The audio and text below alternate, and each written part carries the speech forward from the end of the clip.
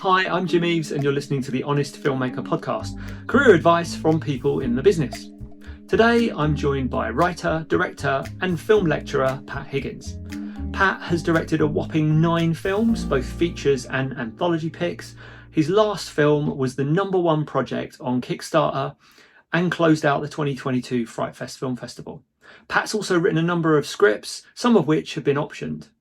In this chat, I spoke to Pat about scriptwriting, the logistics of getting a script optioned, getting an agent, crowdfunding your films, and practical tips for directing on set. Enjoy. Pat, thank you for joining me. Absolute pleasure to be here, Jim. Good. So I want to start at the beginning of the filmmaking process, because you are a writer, director, and all other strings to your bow. With the screenwriting process, could you talk me through how you approach that when you start a screenplay? Funnily enough, I think every project's different. There's usually some kind of a seed that starts it off. Now, that can be an idea. Sometimes for me, it's a line of dialogue. Sometimes it's an image. Sometimes it's whatever. And sometimes it's a brief. Sometimes it's simply that in order to get to the marketplace at a certain time or whatever, you kind of go, oh, okay, these kind of movies are hot at the moment. Therefore, I can put something together and might be able to sell it. So I think every single occasion has been something different. Sometimes it's a bit mercenary and commercially minded, and sometimes it's a purely artistic flight of fancy. But I don't think there's any consistency, for me at least, in terms of what is that seed, that spark that kicks it all off. And it's an interesting one, actually, because I think might be talking out of turn here, but I think we're both a little bit cutthroat in that respect, in that we do, having been to Cannes, looked around the film market, all that malarkey, we do have to listen to what's selling, particularly in our genre, would you say? Oh yeah, absolutely. I mean, I want to work on projects that I'm interested in, and my level of interest and engagement can be on a genre level, it can be on a character level. There needs to be something that's hooked me into writing it. You know, I don't want to sit and work on car adverts. I want to work on narrative fiction. But within that, if I know, all right, if you cast a 24-year-old male in this role, you will sell it, and if you cast a 75-year-old male in this role, you will not, then there is a commercial aspect that comes in and goes, right, okay, I will put together my package depending on what the market is looking for. I think you kind of have to do that. I mean, so I need some kind of artistic hook, otherwise I might as well just be doing something completely different. But I'm happy to go, all right, what does the market want, and I will incorporate it from there. And I go into every meeting with that awareness as well.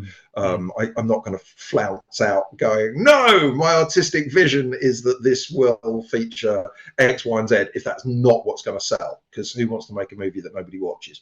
Very true. I think you probably had a better start with that than I did, because I think, what was the first one, Hellbride or Killer Killer? It's Killer Killer, wasn't it?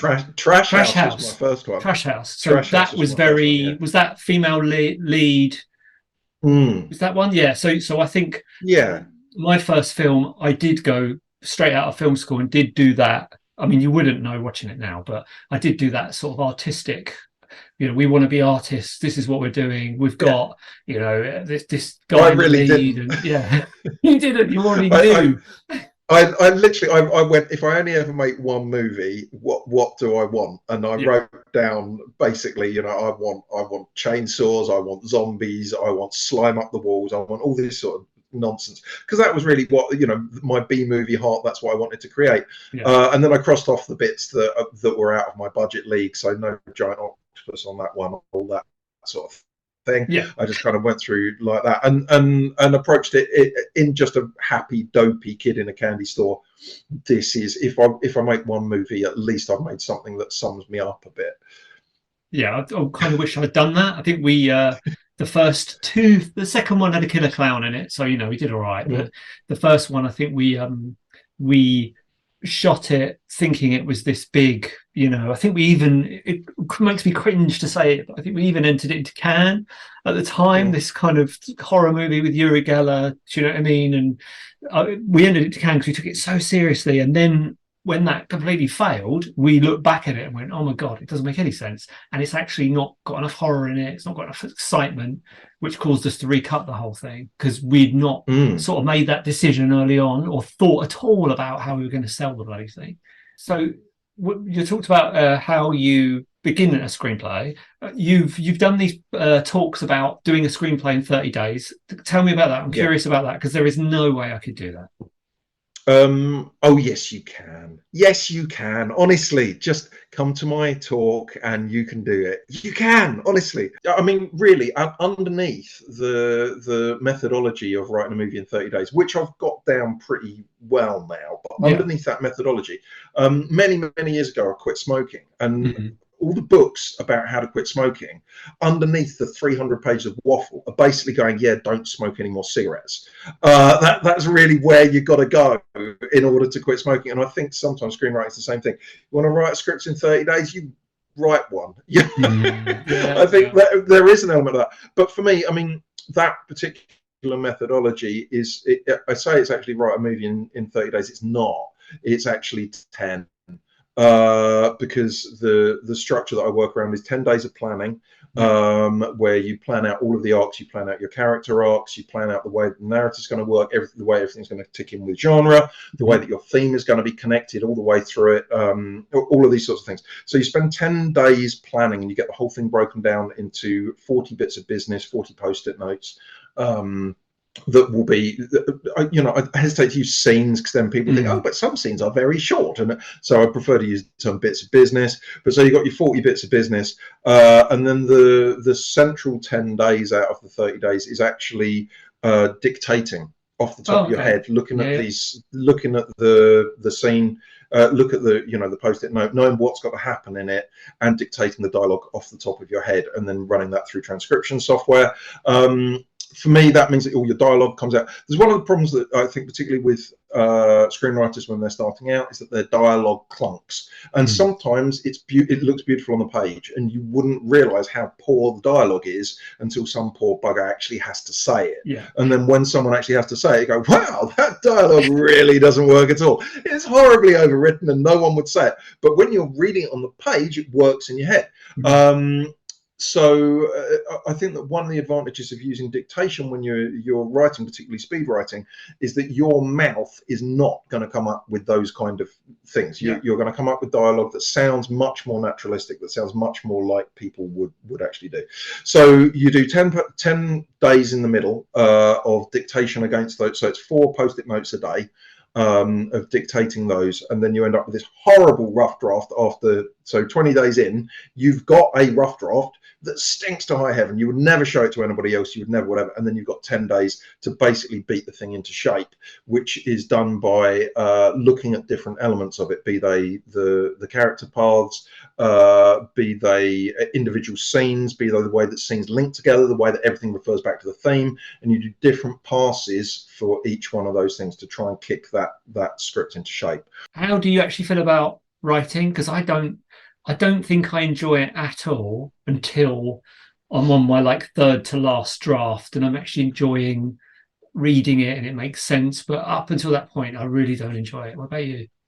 The whole filmmaking process, weirdly enough, I spend all of it thinking I enjoy the other bits more.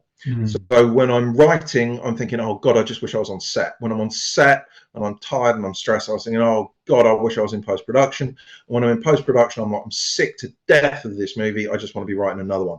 And it's only at the point where I realize that actually I don't enjoy any of the process. That makes me wonder why the hell I've spent my entire life doing the same thing over and over and over again. So I don't know, man. Apparently I don't like any of it, but I kind of do. There's joy in all of it, I guess. So yeah, I think I know exactly what you mean. There's the writing thing. I think, yeah, there's times when I just don't enjoy it and it is an absolute slog. The directing thing, I know exactly what you mean. Super tired on set, but there are some days on there when especially when you've got the blood out. And you know, everyone comes home covered in the red stuff. That's when you've had a good day filming. But I know exactly what you mean. Time, all of those things, just to get on top of you. So looking at your screenwriting, you've had scripts produced by other people. You've had, Yes. am I right in saying you had a script optioned at one point? Was Yeah, it yeah. still an option? I sold. I've had a scripts option both in the UK and the US. Hmm. In the one that optioned in the US, the option ran out and returned to me, unfortunately. So I Yeah, got some money for it, but the movie didn't get made, so that was a shame. But on the other hand, it's come back home.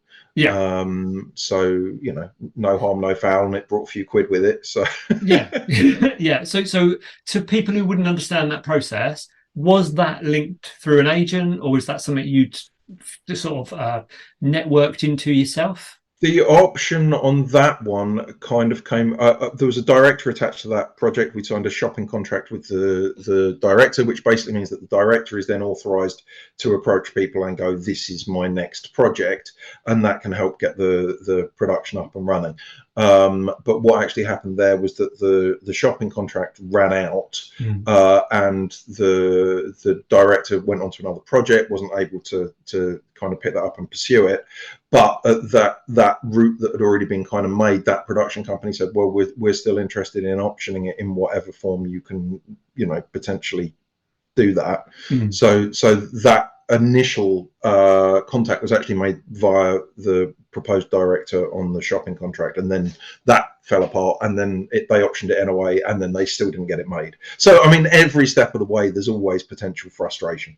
Yeah, and if someone was in that situation, how, what advice would you give them? How did you sort the legalities of the contract? Was that you at home sifting through it, or did you give it to someone? How did you get around In that? in the case of the shopping contract, the director themselves wrote that up, and I went through it very carefully and was very happy with it. They were someone that I trusted, and that's not always the be all and end all. It's worth making sure that everything is legally watertight, no matter how much you trust people. Mm. In the case of the option, it was actually an extraordinarily simplistic option. It was literally 2 paragraphs.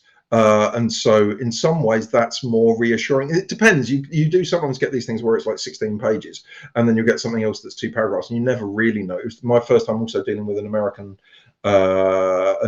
option.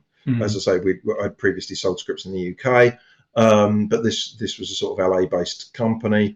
And at the end of the day, that then adds another layer of complexity. Because I go, okay, well, if I'm going to get a UK lawyer to look through it, if anything went wrong with this, it would be looked at under LA law, not the TV show. Yeah, so 20 minutes in, and he name checks LA law because he knows he's down with the kids. Hashtag LA law that's going all over this video. Absolutely, yeah. So, but at the end of the day, even if I got a UK entertainment lawyer to look at it, you've got multiple countries, and so partly I think that there is an element of you need to look at what the intent is behind it, and it's possibly easier to do that on 2 paragraphs than it is on 16 pages. But yeah, very true. And so sold ones to America, sold ones to the UK. And are you with an agent at the moment? Have you been with an agent? What was that experience like? How did you get the agent for people to, get their own agent? I have, I've been with an agent previously. I'm not with an agent at the moment.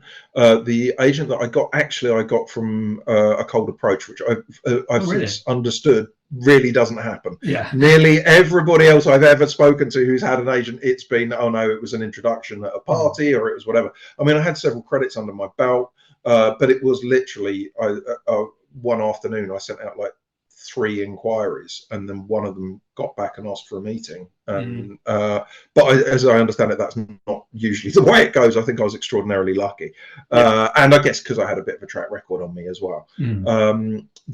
My experience with having an agent, it got me into meetings that I wouldn't have otherwise necessarily been able to get into. I liked my agent a lot. We understood each other a lot, but when they moved on from the company, I couldn't find another fit within that agency, and I went back to representing myself.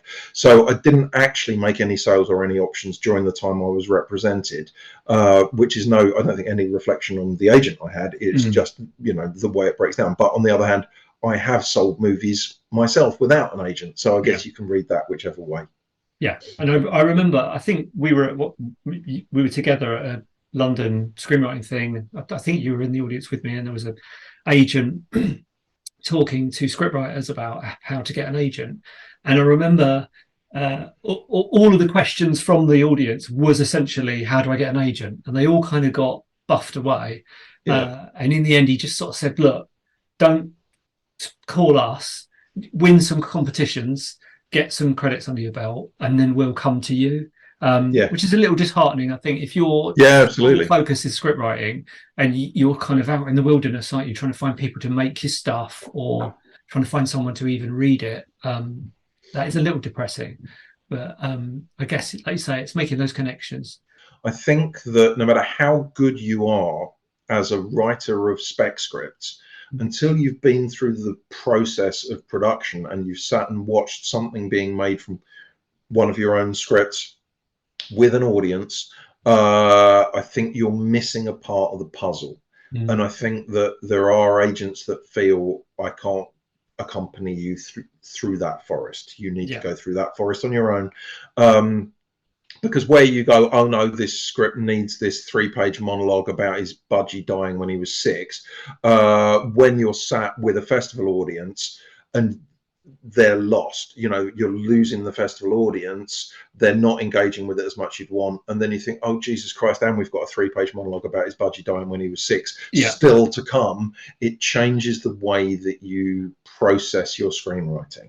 And it's a little bit like that moment when you pitch your film to somebody and you watch for those kind of cues as to whether it's crap or whether it's actually got their interest. And even that, when you're starting out, is quite intimidating, telling what you're making without thinking, oh, this is crap, or worrying, oh, they might steal my idea or something. They really won't. They won't. Whoever you are listening to this, your idea is not, if your idea is all you have to offer, you're not bringing enough to the table. It needs to be your interpretation of that idea. No one is out there going, oh, I will nick this, particularly not people with money, because for them, it's a hell of a lot easier for them to buy your idea because then they don't get sued. And even to the point where a lot of places, they won't take unsolicited scripts without you signing something anyway to say that they're not going to come after them later and go, oh, my thing's a bit similar to that thing in your film. So there's a lot of there's probably more fearful of looking at a project for those reasons. Absolutely. So talked about the script writing part. If we go to your last project, Powertool Cheerleaders versus the boy band of the Screeching Dead. Right. So let's start with that. At what point did you decide, one, that was a good title, and two, that it wasn't? And I'm not saying it has at all, because clearly there was an appetite on crowdfunding and people are all over the movie. So how do you know that? My fear would have been that title's too long, that's going to turn people off. That title's too long, people aren't going to remember it. You know, all of those things. What made you sort of persevere with that? Luckily, I think I'm a genius. Well done. And I ignore everything that everybody tells me. And I just plough my own furrow. And sometimes that furrow goes right into the dirt. And sometimes just by the law of averages, by pig-headedly sticking with what I think is funny, just the law of averages, really, something's got to work, you know. Okay, so let's talk directing now. So for anyone who's about to direct their first feature film, they've raised the money, they're going to make it. What is that like? And I guess I'm trying to compare your first ever day on your first ever film set directing, compare that to how you are now. Are you the same? Are you completely different? What can people expect? I think one of the things that nobody ever really talks about, at least when I was doing a degree, nobody ever really spoke about talking to actors. Everybody talks about directing from the point of view of, oh, you know, this shot, which ultimately, particularly if you storyboard, it ends up really being in the hands of your DOP at that point. When it comes to how the lighting works and all of that sort of thing, it's not really. There's a lot of directing that's about talking to actors, and nobody ever really talks about that during the time when you're getting ready to direct stuff. And it was, first day on Trash House where I suddenly realized, oh, these aren't my mates, these are actors, and they look to me for answers, they look to me for guidance, they look to you for reassurance and all of those sorts of things. Actors, to me, when you come out of uni, or even when you're at uni, they're a little bit scary, the professional Yeah, actors, and you're kind of not sure how to interact with them. And my advice would be to go and do like a drama course or be in a play or something, so you can yeah, yeah, feel it from the other side. Because I know you've done a bit of acting yourself. Um, yeah. I'm no so good, but I think it does help to do it just from an empathy point of view. yeah, it gives you that perspective. But yeah, knowing some of the things I've said to actors just make me cringe now when I'm, big, do it bigger. They're just kind of like notes that don't really mean anything, Yeah, rather than chatting to them about the process they're going through, remembering that they're trying to figure stuff out. They don't know exactly what I'm thinking just because they've read the no, script. And also, I think what you miss out on if you don't have that dialogue is the magic things that happen when they say, or things that save you trouble later down the line, where they're like, well, why would I do that? yeah, It's two ways of taking that. One is, well, you do it like that because that's how I wrote it and that's how I want it. Or the other way to take that is, yeah, actually, let's stop and talk about this because we might have ballsed up somewhere. yeah. Let's figure out why you're doing that. And it might be that that leads to a nice little moment between characters because the camera picks everything up and you want to make sure you sort of capture that magic. I I'm a big believer, and to be honest, a lot of the time it's my director of photography, Al, reminds me to do this because I get very focused on we've done it, move on, we've done it, move on. You know, I do get into that because again, having produced the early movies as well, you get very much into that headset and you're kind of going, have I got what I want? If I've got what I want, then I can move on. And quite a lot of the time, Al will remind me, particularly if we're not running up against time, that I'm always much happier if I can do a hell with it take at the end, where just do it different. So if someone's done something very clipped and very precise, try it exploding, try it, just try everything that you've done up until this point. Let's do one take where you just do it different. And the cast really like it. They love it as a blow off steam at the end of the thing, and it kind of works as a palate cleanser as well. So as much as I'm forever trying to go on going, no, we've got it cut, and Al will go, we've got time, do a wild one, and I'm like, yes, and half the time they end up being the versions that are in there as well. So yeah, it shouldn't come down to my DOP to remind me to do it, but it does sometimes. It's good that he's there. It's good that he's there. Yeah, absolutely. Oh, he's saved my ass more times than I ever care to think about. Oh, this is going to sound like a stupid question then, but what aren't students learning at uni that you think's important? Maybe you do teach your students this, but what is it that unis don't prepare students for? I think a lot of the time they're just not industry ready. You get students coming out with sometimes a fantastic practical skill set, and I think there is a blind spot to how easily they can piss people off. As in, I think that there is, if people don't take time to understand the way that everybody's roles interrelate, I really very much hope that students emerge. That if I've lectured on a number of different courses over the years in different universities, different colleges, different levels, all that sort of stuff, and I'd always hope that students come out ready to be on set, be that in television, be that in film. And I think a lot of the time that's not necessarily the case. People will pursue the thing that they're most fascinated with, be that anything from color grading to sound mixing or whatever, the thing that enticed them onto a course in the first place. And then I think that if they don't have a proper appreciation of the way that all of the different job roles interact, that's not quite right, interact, there's a better word, the different job roles interact with one another, and the fact that by asking, by stepping on someone's toes or stepping outside of their own job role, they can really alienate people really quickly. I think that's it. I think there's a lack of being ready to shoot. And it just generally that's the downfall, that's the hole missing when students come through education, I think. And so that's the thing that I would encourage all universities to try and deal with, because certainly that's something that I try and focus on. Do you have a motto you live by, whether it be in life in general or that you apply just to the film set? I think always treating everybody like gold that's the key. It's the key to so much to make sure that you build those relationships and keep those relationships and treat other people the way that you'd want to be treated yourself. I think ultimately that's more important than any skill. If you're a competent cameraman who everybody loves to have on set, that's better than being an absolutely top draw camera person who pisses people off. So I think actually that always try and treat everybody really, really well, and also don't be afraid to fail publicly, fail over and over again. I think it's only when you fail that you realize what the limit of your skill set is. If you're cruising along going, hey, I haven't failed at anything, then there might be another huge amount of stuff that you're capable of doing that you don't know. You only know when you've hit your limits, when you screw up. So don't be afraid to screw up. I'll put links to Pat's projects in the description so you can check them out for yourself. Please do make sure you subscribe for more career advice from people in the business.